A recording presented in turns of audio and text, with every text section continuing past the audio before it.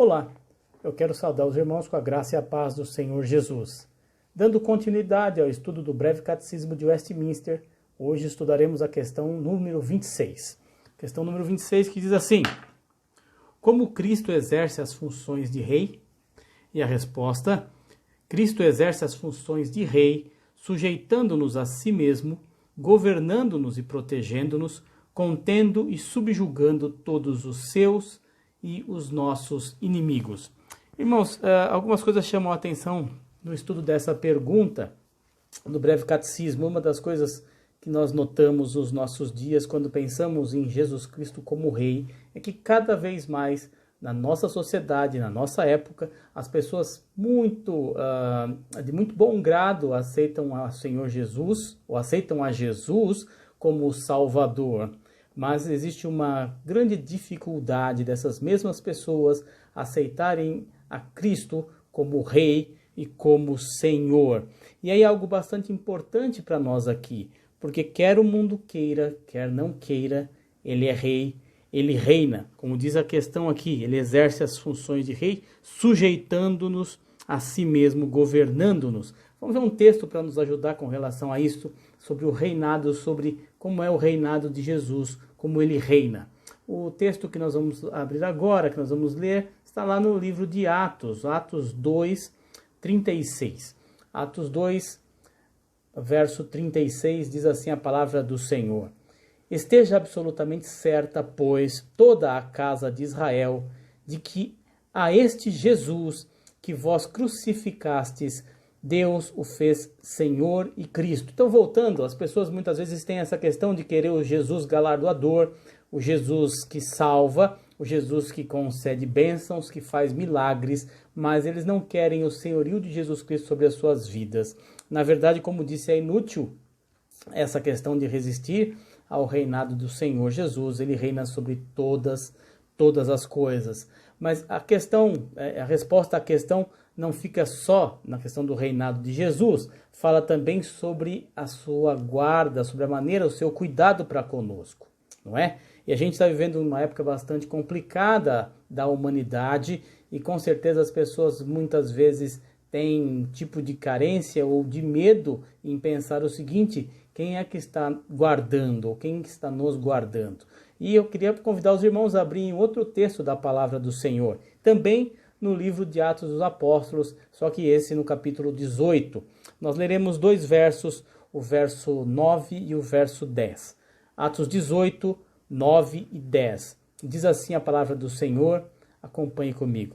Teve Paulo durante a noite uma visão, em que o Senhor lhe disse: não temas, pelo contrário, fala e não te cales, porquanto eu estou contigo, e ninguém ousará fazer-te mal, pois tenho muito povo nesta cidade. Algumas coisas saltam aos nossos olhos. Primeiro, que o Senhor está no controle de todas as coisas. Em segundo lugar, é que Ele está conosco. E porque Ele está conosco, nós não devemos ter medo. Essa foi assim a visão que Paulo teve, e o Senhor lhe disse exatamente isso: não temas, pelo contrário. No caso aqui, era uma ordem para que ele falasse e não se calasse. Mas o que chama a nossa atenção aqui, e o que deve realmente trazer uma aplicação muito prática é essa questão de não termos medo, né? E a razão pela qual nós não devemos ter medo é porque o Senhor está conosco, a nossa vida está bem guardada por Ele. Seja qual for a dificuldade que nós passemos, seja qual for a luta, nós podemos ter certeza que o Senhor é quem nos guarda, Ele é o nosso guarda fiel. A questão também fala um pouco sobre o governo de Cristo, de como Ele exerce esse reinado, quando diz o seguinte, que Ele contém e subjuga os seus inimigos, né? Então, a gente viu ali que Ele é rei, Ele nos governa, não é? Ele nos guarda, e agora a gente vai ver um pouco sobre esse governo de Jesus, o governo de Cristo. Vamos abrir a palavra do Senhor no livro do profeta Isaías. O livro do profeta Isaías é um texto bastante conhecido de todos nós, Isaías 9. Nós leremos dois versículos também aqui de Isaías 9, os versículos 6 e 7. Isaías 9, os versos 6 e verso 7. Diz assim a palavra do Senhor: porque um menino nos nasceu, Um filho se nos deu. O governo está sobre os seus ombros e o seu nome será Maravilhoso Conselheiro, Deus Forte, Pai da Eternidade, Príncipe da Paz, para que se aumente o seu governo e venha a paz sem fim sobre o trono de Davi e sobre o seu reino, para o estabelecer e o firmar mediante o juízo e a justiça, desde agora e para sempre. O zelo do Senhor dos Exércitos fará isso. Um texto maravilhoso e muito conhecido de todos nós, que nos traz e deve nos trazer esperança e encorajamento e a certeza de que o Senhor exerce o seu governo de uma maneira perfeita. Algumas coisas que eu quero chamar a atenção e destacar com os irmãos aqui. O governo está sobre os seus ombros, uma autoridade, um governo que é do Senhor Jesus. É intransferível, né? Como a gente diz, pessoal e intransferível. Está sobre os seus ombros. O texto segue dizendo aqui, dando alguns nomes, adjetivando o nosso Senhor. Maravilhoso Conselheiro, Deus Forte, Pai da Eternidade, Príncipe da Paz.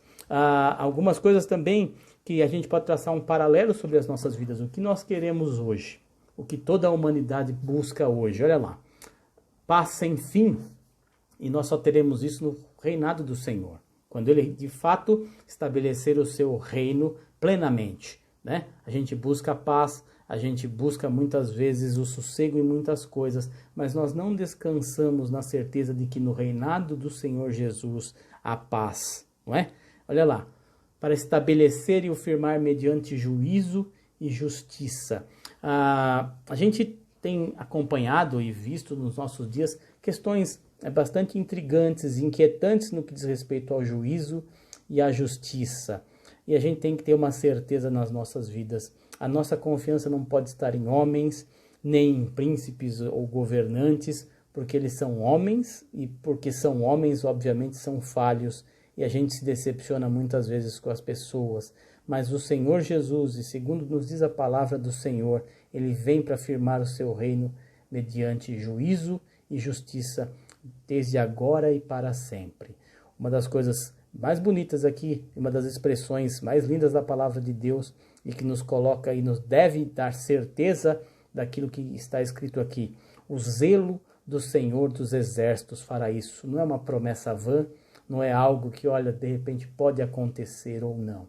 É algo certo, é algo dito pelo próprio Senhor. O zelo do Senhor dos Exércitos há de garantir isso, fará isso, né? O texto nos diz, como a gente já leu algumas coisas aqui nesses textos anteriores, sobre o Senhor subjulgando os inimigos. E mais um texto que eu gostaria de destacar para os irmãos aqui no nosso estudo, está lá na primeira carta de Paulo aos Coríntios. Primeira carta de Paulo aos Coríntios, capítulo 15. Nós leremos 2 versículos, na verdade leremos o 25 e o 27, a primeira parte. Então, primeira carta de Paulo aos Coríntios, capítulo 15, nós leremos os versos 25, ou do 25 até o 27, a primeira parte. Diz assim a palavra do Senhor: porque convém que ele reina até que haja posto todos os inimigos debaixo dos pés. O último inimigo a ser destruído é a morte, porque todas as coisas sujeitou debaixo dos pés. A todos os inimigos, todos aqueles que se levantam ou que tentaram se levantar ao longo da história, todos eles estão debaixo dos pés, debaixo do senhorio, debaixo do governo do Senhor. Ele exerce sim as funções de rei. E é muito interessante, irmãos, porque o último inimigo a ser vencido, como coloca aqui o apóstolo Paulo, o último inimigo a ser destruído é a morte. O Senhor venceu a morte, nós venceremos com ele. E eu gosto sempre de destacar aquela passagem muito linda, né? Quando Jesus chega diante daquela menina morta e diante da morte do nosso mais terrível adversário, as suas palavras são brandas e ele diz o seguinte: Talita cumi, menina, levante-se.